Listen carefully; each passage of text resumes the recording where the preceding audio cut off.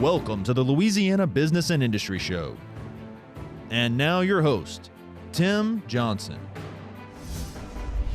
We'll visit with noted Louisiana economist Dr. Loren Scott when we return on this edition of the Louisiana Business and Industry Show.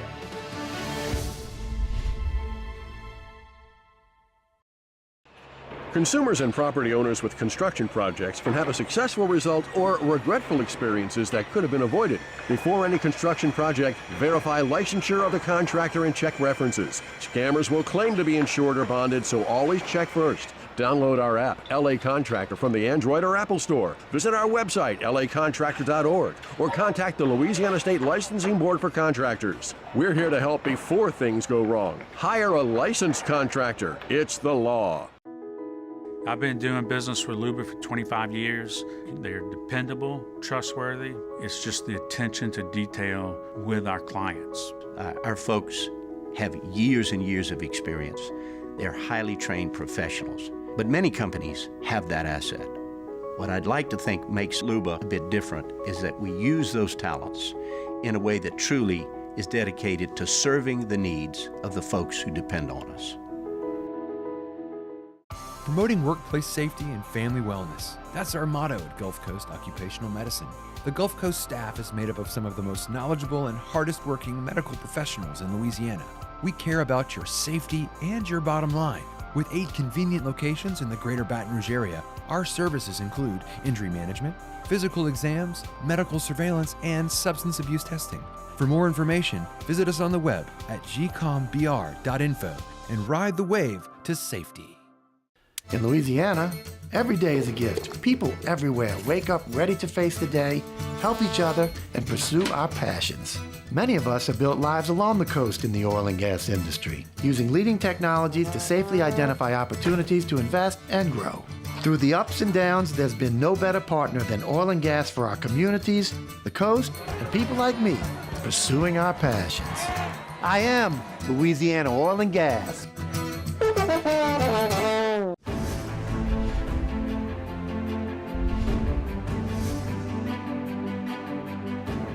Welcome back to the Louisiana Business and Industry Show. Dr. Loren Scott, Professor Emeritus of Economics at LSU, is our guest. My friend, welcome. Glad to be back. Glad you're here. We start with personal interest always. Tell us about your background, your education, your time at LSU, and the work that you're currently doing. Well, I have a PhD in economics and came to LSU back when the Earth's crust was just cooling off back in 1969. And to the economics department, stayed there about 33 years, was the chairman for a while of the economics department for about 13 years, had a great time period during then. And retired in 98 and have a consulting firm that I've had since the 80s, Loren C. Scott Associates Inc. And we do a lot of economic impact studies and policy analysis for different firms, mainly in the private sector, but sometimes in the public sector.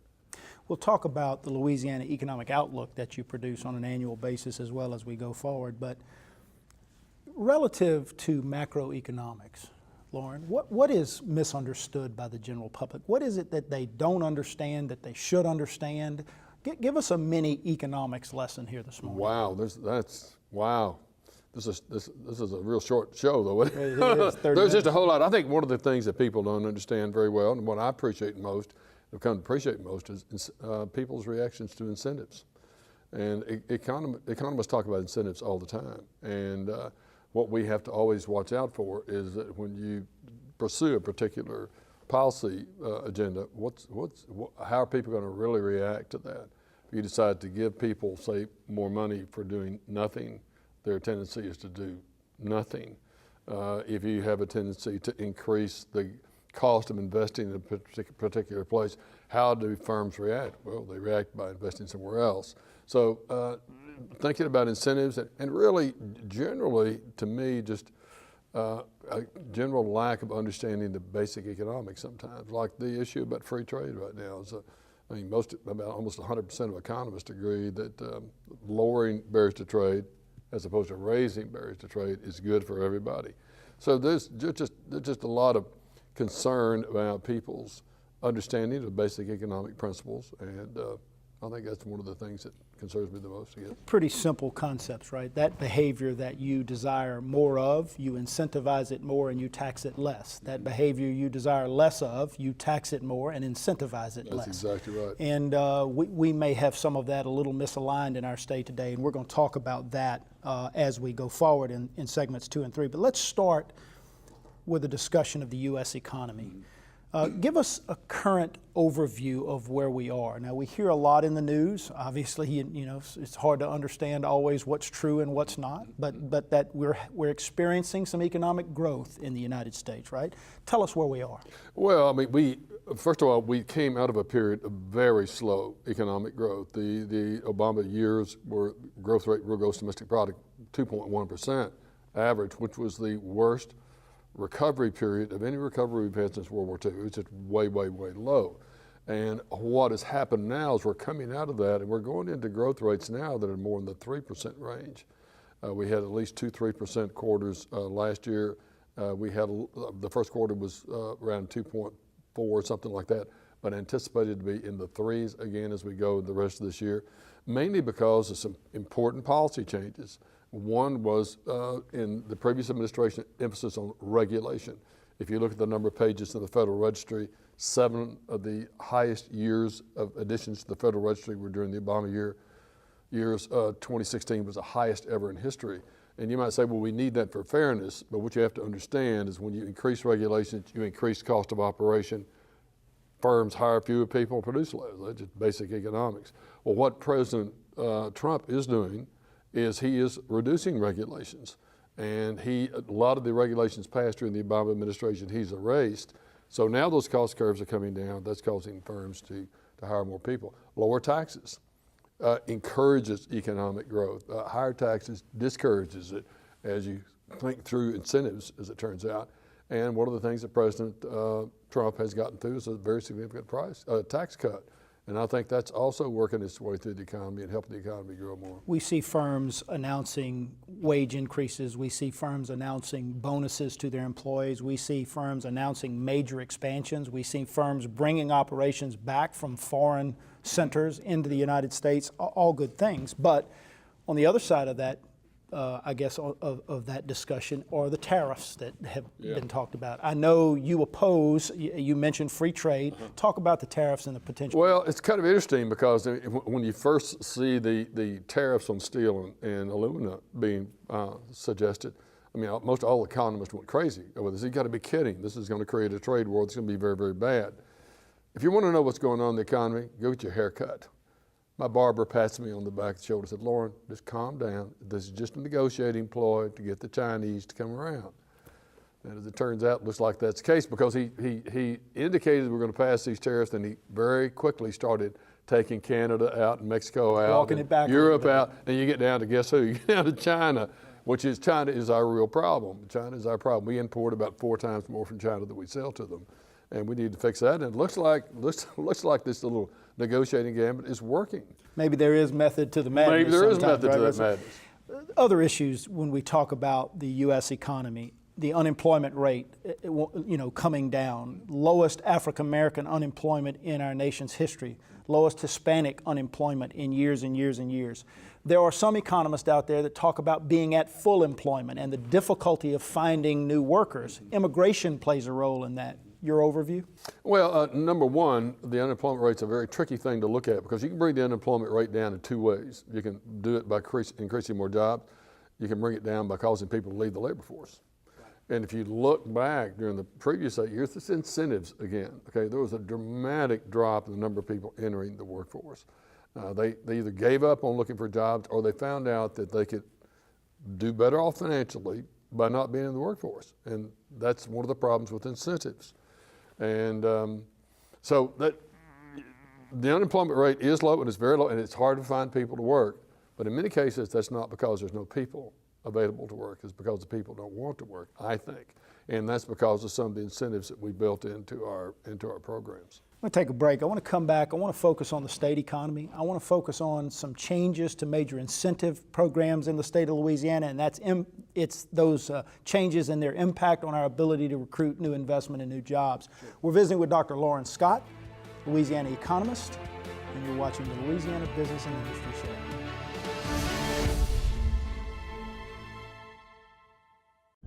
Since 1919, we've designed and constructed hundreds of industrial plants, roads, ships, dams, and executed some of the most complex jobs in the world. In fact, our quality and dependability are legendary.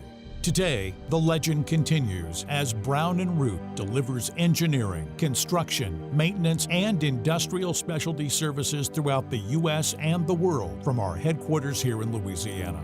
We are Brown & Root.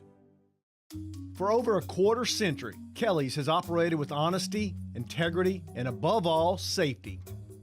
Kelly's features a fleet of quality equipment operated by dedicated, safety-minded employees skilled in land clearing, above-ground right-of-way maintenance, vegetation control, station yard and manned facility maintenance, above-ground pipeline support, and more. Kelly's Industrial Services, where pipeline right-of-way maintenance gets done right. What if I said that whatever good things you build you? And that in this economy, sweat never loses its value? What if I said that there isn't a challenge in the world too great for a craft professional with the right tools? And that the steps that lead from where you are to where you want to be can only be built by you? Build your future at byf.org. Consumers and property owners with construction projects can have a successful result or regretful experiences that could have been avoided. Before any construction project, verify licensure of the contractor and check references. Scammers will claim to be insured or bonded, so always check first. Download our app, LA Contractor, from the Android or Apple Store. Visit our website, lacontractor.org, or contact the Louisiana State Licensing Board for Contractors. We're here to help before things go wrong. Hire a licensed contractor. It's the law.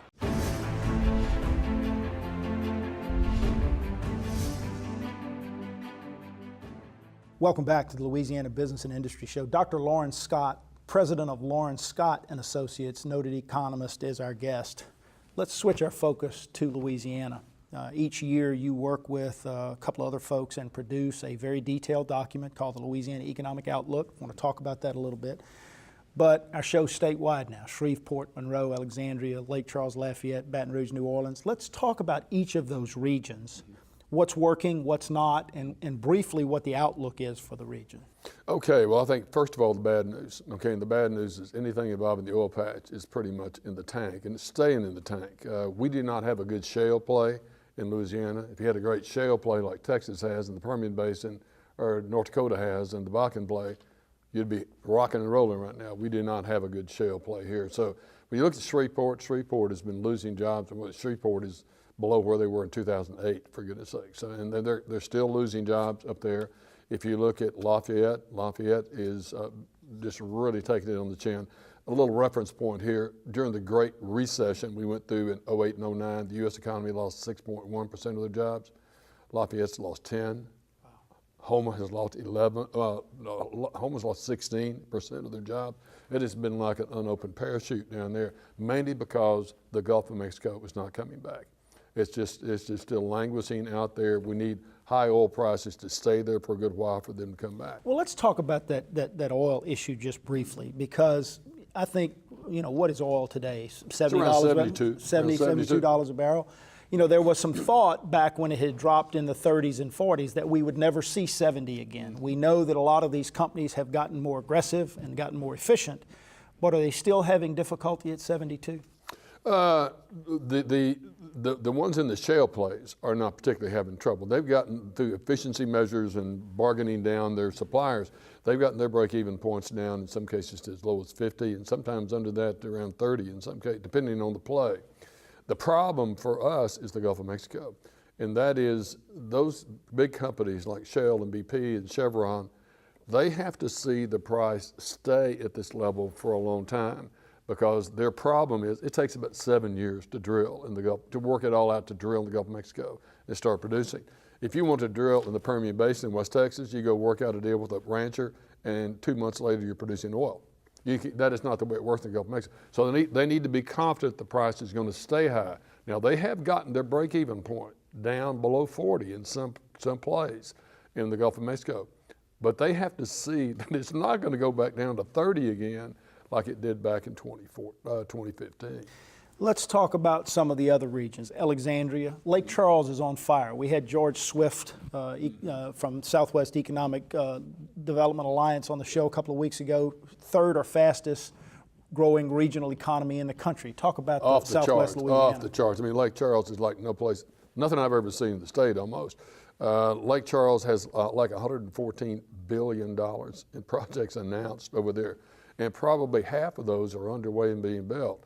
So there's a whole bunch more still to go. They still got about 70 billion on the horizon. Now you're going to see a little bit of a dip, a little slowdown in the growth rate in this year, but it's still very high. But a little bit of a slowdown because some of those projects are finishing.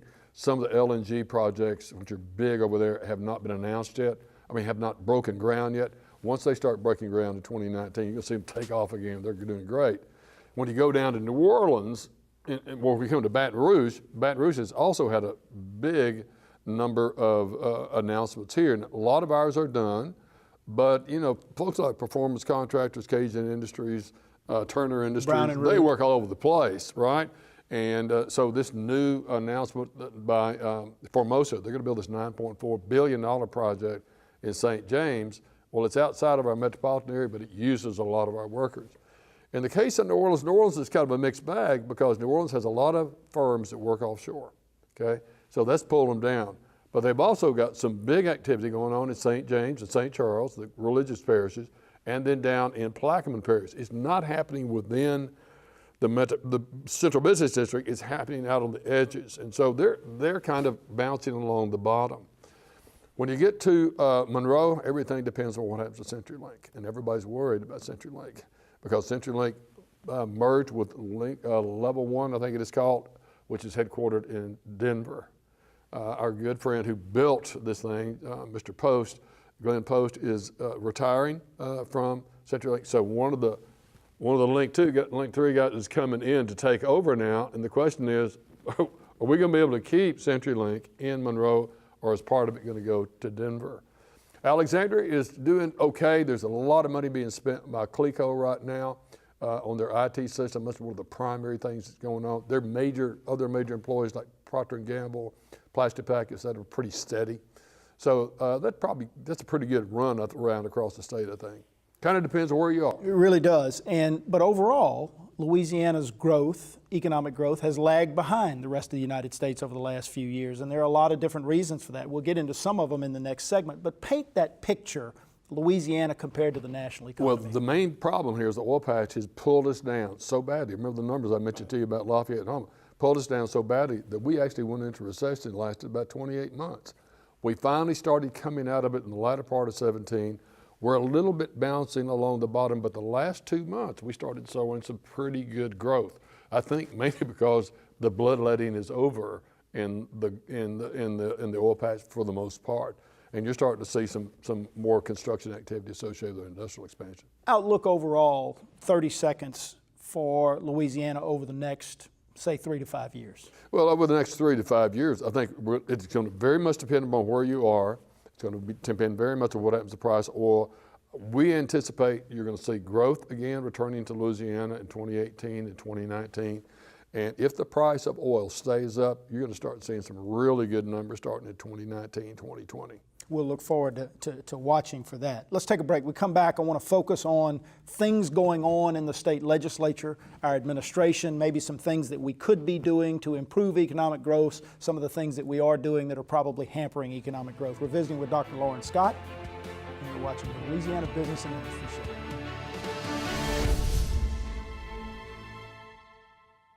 Passion, experience, safety. These are what set Arkell Constructors apart as a premier general contractor. At Arkell Constructors, our goal is to exceed our clients' expectations, whether it's commercial, industrial, or facility maintenance. We have the team and processes in place to provide a solution for you. To us, every project is a resume for our future. Arkell Constructors, the solution for your next building project. Since 1919, we've designed and constructed hundreds of industrial plants, roads, ships, dams, and executed some of the most complex jobs in the world. In fact, our quality and dependability are legendary. Today, the legend continues as Brown & Root delivers engineering, construction, maintenance, and industrial specialty services throughout the U.S. and the world from our headquarters here in Louisiana. We are Brown & Root. It might be one of the most efficient, most effective methods of communications we've ever used.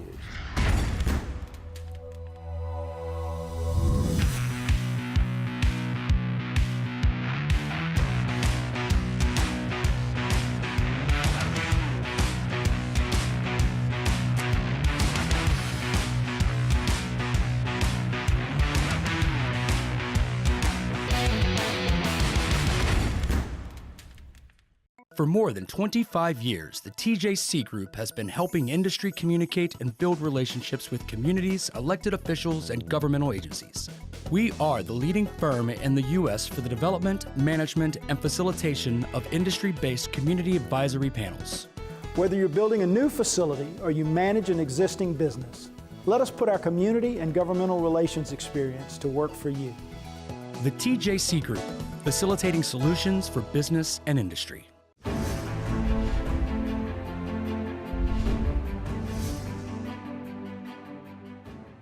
Welcome back to the Louisiana Business and Industry Show. Dr. Loren Scott, noted state economist, is our guest. We've talked about the U.S. economy. We've talked about the Louisiana economy and what it looks like in each of the regions, and you made it clear that what it looks like really depends on which region you're in. Mm-hmm. But let's talk about issues of state government and its impact on our economic growth or lack thereof, depending on where you are. We are, as we sit here and tape on Tuesday, yesterday the Louisiana legislature went into its 9th session in 3 years, its 6th special session in 3 years. Tax structure, budget deficits, all of that really impacting our ability to have a path forward in our state that allows for us to recruit business and investment and all of those things. Talk about big picture, the impact of all of this uncertainty, and then we'll drill down into some of the economic incentive programs. Well, I think one of the key things, we got to remember those incentives, right? I mentioned before. If you look at we have about $170 billion in announcements in which is unheard of. I keep up with 9 other states. No other state in the Southeast is like this. Huge number of announcements. A half of those are underway or built already. 85 billion still have not. Okay, they haven't gone vertical. Within the bowels of every one of those companies, there's an accountant or a financial person figuring the rate of return on equity. Now, we have this budget deficit, and when we say, it sounds good to say, well, we've got to equally share the burden between business and individuals. That sounds really good, and I hear people when they say that, but you also need to understand something else.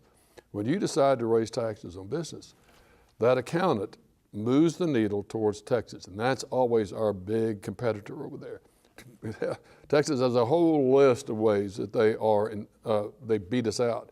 We have to have something going on to offset their We goodies. have to be better or we lose. We have to be better or we're not going to get them to go vertical. And it's not like we have a little bit at stake here. We have $85 billion worth of stuff at stake. And so when we solve this problem, if we solve it by putting more taxes on the back of industry, you got to remember it's a matter of location, it's a matter of math. That accountant is simply moving the needle towards Texas and away from Louisiana. Well, let's talk about what has been the premier economic development incentive program in our state for 80 plus years now. That's the Industrial Tax Exemption Program, commonly referred to as the 10-year Industrial Property Tax Exemption. Changes made in 2016 to the program that existed for 80 years. More changes now being promulgated. I just left, as we tape here, as I mentioned on Tuesday morning, a meeting of the State Board of Commerce and Industry where they're discussing what I would call ITEP 3.0. The original was 1.0, the changes made in February 16, 2.0, this now 3.0. I want you to respond to something. I was visiting just within the last few weeks with a prominent economic developer in the state of Texas, and I said, based on all of the confusion taking place and the uncertainty in the state of Louisiana, budget deficits, new taxes, incentive programs, What are you telling prospects about Louisiana as you try to recruit them to Texas? He said it's real simple, Tim. We're telling them that Louisiana has unilaterally disarmed. They're out of the race. They're not competing with us anymore. Your perspective on that? I think the changes in the ITEP were the greatest economic development measures ever for the state of Texas. I think that there is so much uncertainty involving it right now that this very important incentive is worth this much now. It's worth zero. They counted at zero. There's too much uncertainty. Even though you can eventually get something, these accountants are now saying we're scoring at zero. Well, yeah, you can eventually get something. Now, some places are getting real smart, like Ascension Parish is getting real smart. Ascension Parish says, hey, if the state says this is okay, we're okay with it. We want industry to come here, okay?